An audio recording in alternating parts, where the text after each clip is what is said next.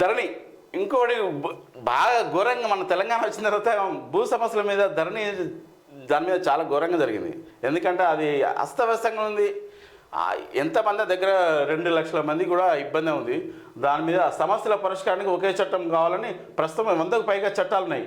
ఇక అవన్నీ ఒకే గొడుగు కిందకి క్షేత్రస్థాయిలో సమగ్ర సర్వే హద్దులు ఏర్పాటు, పక్కా విస్తృతంతో రైతులకు పాస్బుక్స్, కామన్ రెవెన్యూ కోడ్ తీసుకురావాలని ధరణి కమిటీ అభిప్రాయపడింది. త్వరలే ప్రభుత్వానికి ప్రతిపాదనలు. అంటే ధరణి వెబ్సైట్ కాంగ్రెస్ వచ్చేటప్పుడు కూడా ధరణి కాడ భూమాత ఏదో వెబ్సైట్ తీసుకొస్తా, నేను అన్ని సమస్యలను క్లియర్ చేస్తా అని చెప్పింది. దాని మీద ఏం లేదు. అప్పుడు నవీన్ మిట్టల్ని కూడా ఆయన తీసేస్తాను, అది జరగలేదు. మరి ఈ సమస్యల మీద ఏం చేస్తారో జవాబు చెప్పట్లేదు అసలు ఆయన. ఇదే కమిటీలు వేస్తుండు, సమస్యలను సాల్వ్ చేస్తా అంటుండు. ఇవి 6 హామీలు ఇచ్చిండు, అవి కూడా అటకెక్కినాయి. ఆయన ఏం చేస్తుండో ఈయన కూడా అట్లా ఉన్నది.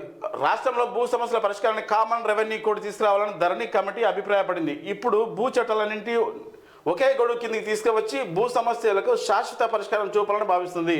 ఉత్తరప్రదేశ్ తరహాలో మన రాష్ట్రంలో కామన్ రెవెన్యూ కోడ్ అమలు చేస్తే భూ సమస్యలకు శాశ్వత పరిష్కారం సాధ్యమవుతుందని అభిప్రాయపడుతున్నది. దీనిపై త్వరలోనే ప్రభుత్వానికి ధరణి కమిటీ ప్రతిపాదనలు చేయనున్నట్టు తెలిసింది. అలాగే క్షేత్రస్థాయిలో సమగ్ర సర్వేతో రైతుల భూములకు హద్దులు నిర్ణయించడంతో పాటు పక్కా విస్తీర్ణంతో పాస్బుక్లు జారీ చేయాలని కమిటీ అభిప్రాయపడుతుంది.